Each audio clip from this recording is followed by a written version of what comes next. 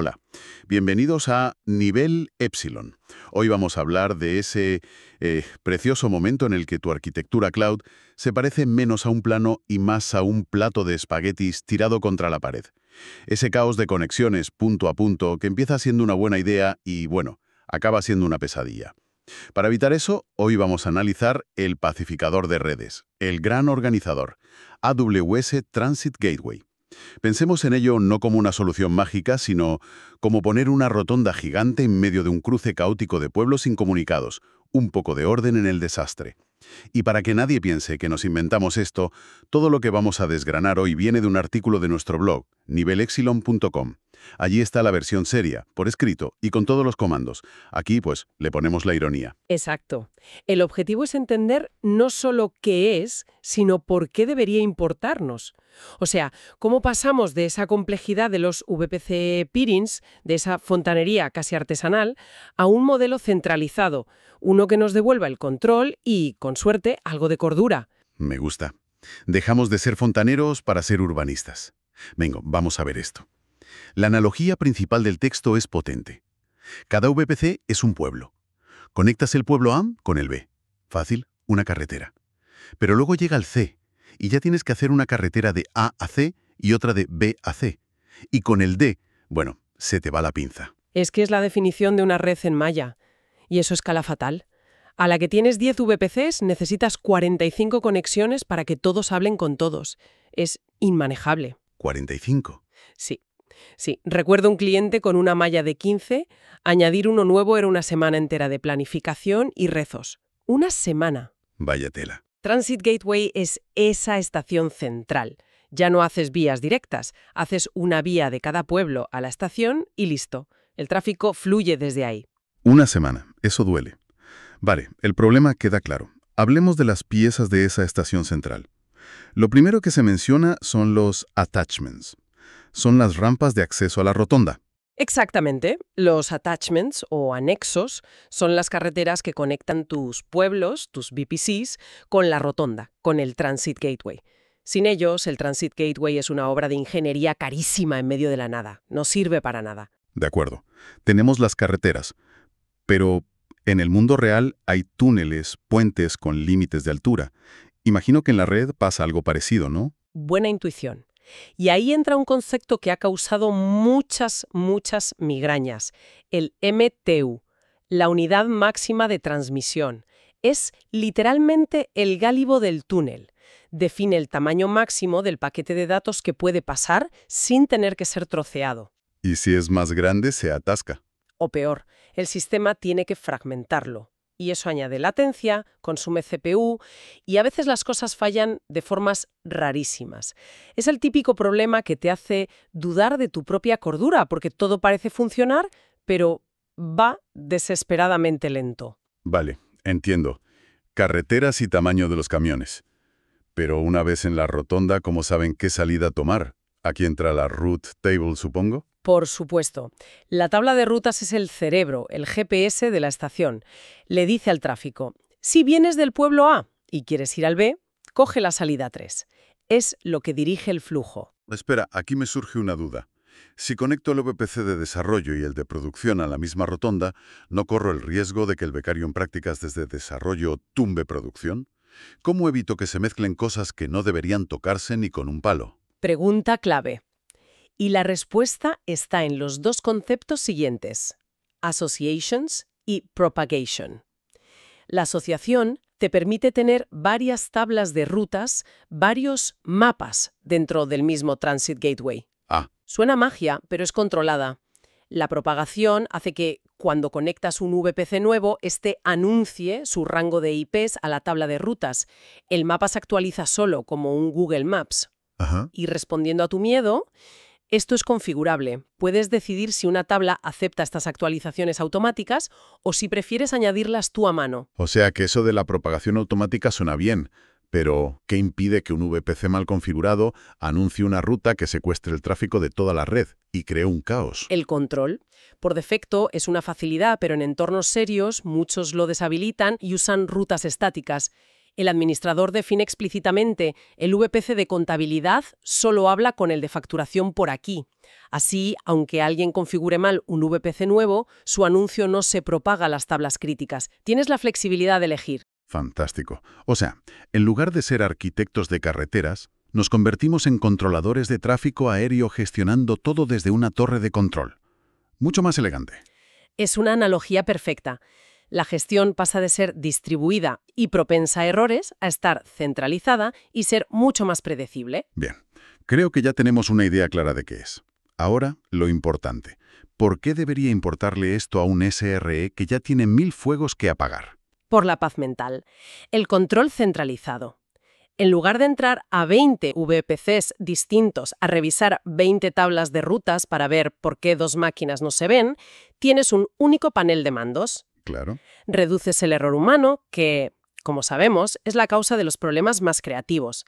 Pasas de ser un detective a ser un vigilante. Y la escalabilidad. ¿Qué pasa cuando el CEO llega un lunes diciendo vamos a lanzar 5 nuevos microservicios para el viernes? Totalmente. En el modelo antiguo de peering, eso es pánico. Cancelar planes. Con Transit Gateway, la reacción es un tranquilo, vale, añadimos 5 carreteras más a la rotonda. Ja. La arquitectura no se rompe, crece de forma ordenada. Convierte un evento catastrófico en trabajo normal. También se habla de políticas de seguridad. Antes has dicho lo de aislar desarrollo, pero esto va más allá, ¿no? Mucho más allá. Puedes, por ejemplo, forzar a que todo el tráfico entre dos VPCs críticos pase primero por un tercer VPC que tiene un firewall avanzado. Centralizas la seguridad. Y eso es infinitamente más fácil de gestionar y auditar. Hablemos de casos de uso. El primero es obvio. Múltiples VPCs, incluso en distintas cuentas de AWS o regiones. Sí, ese es su hábitat natural. Cuando una organización crece, con equipos por todo el mundo, Transit Gateway es la herramienta para coser toda esa tela de araña. Y el segundo, el de arquitecturas híbridas, para los que aún tienen un pie en el centro de datos físico, el on-premise, y el otro en la nube.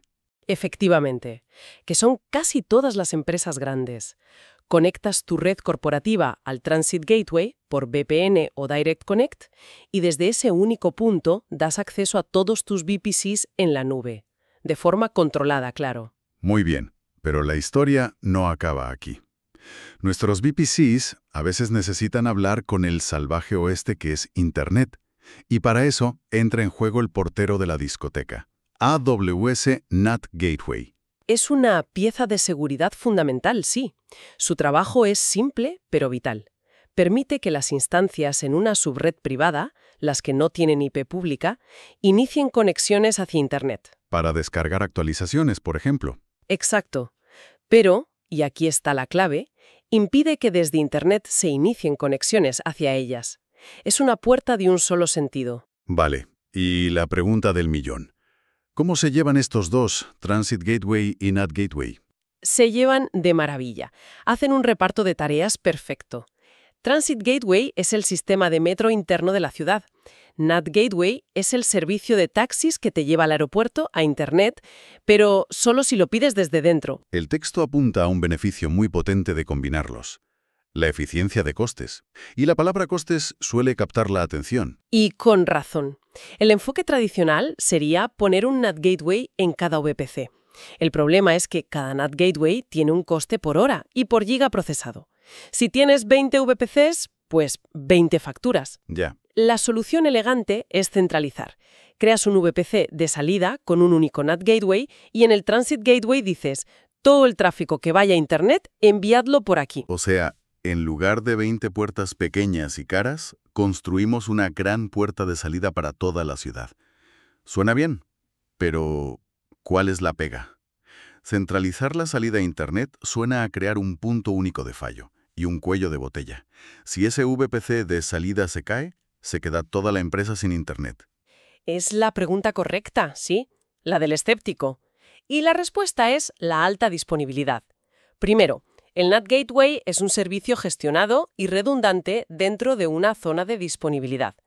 Para protegerte del fallo de una zona entera, la buena práctica es desplegar un NAT Gateway en al menos 2 zonas de disponibilidad distintas, en ese VPC de salida. Ah, vale. Y configuras las rutas para que usen una u otra. Y sobre el cuello de botella, escala hasta 45 gigabits si necesitas más. Si necesitas más, primero, enhorabuena, y segundo, puedes usar varios. Pero sí, es un punto a diseñar con cuidado. Fantástico.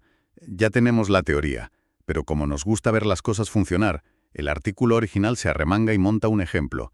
No vamos a recitar comandos, pero podemos narrar la jugada. Es una demostración muy clara.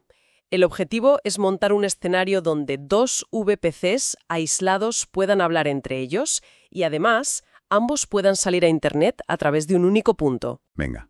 Primer paso. Fundar los pueblos. Se crean dos VPCs. Uno, el VPCA más completo, con subred pública y privada. Ahí pondremos el NAT Gateway. El otro, VPCB, un pueblo residencial, solo con subred privada. A continuación, construimos la infraestructura central. Se crea el Transit Gateway, la gran rotonda.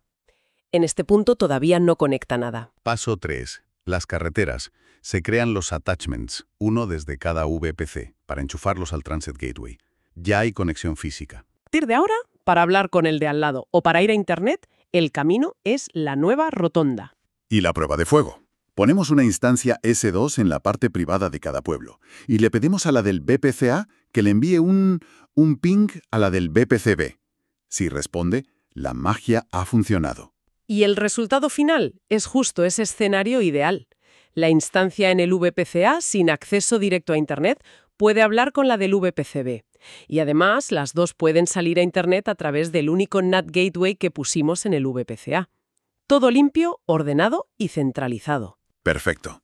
En resumen, AWS Transit Gateway es ese cerebro organizador que tu red en la nube probablemente necesita para dejar de ser un laberinto.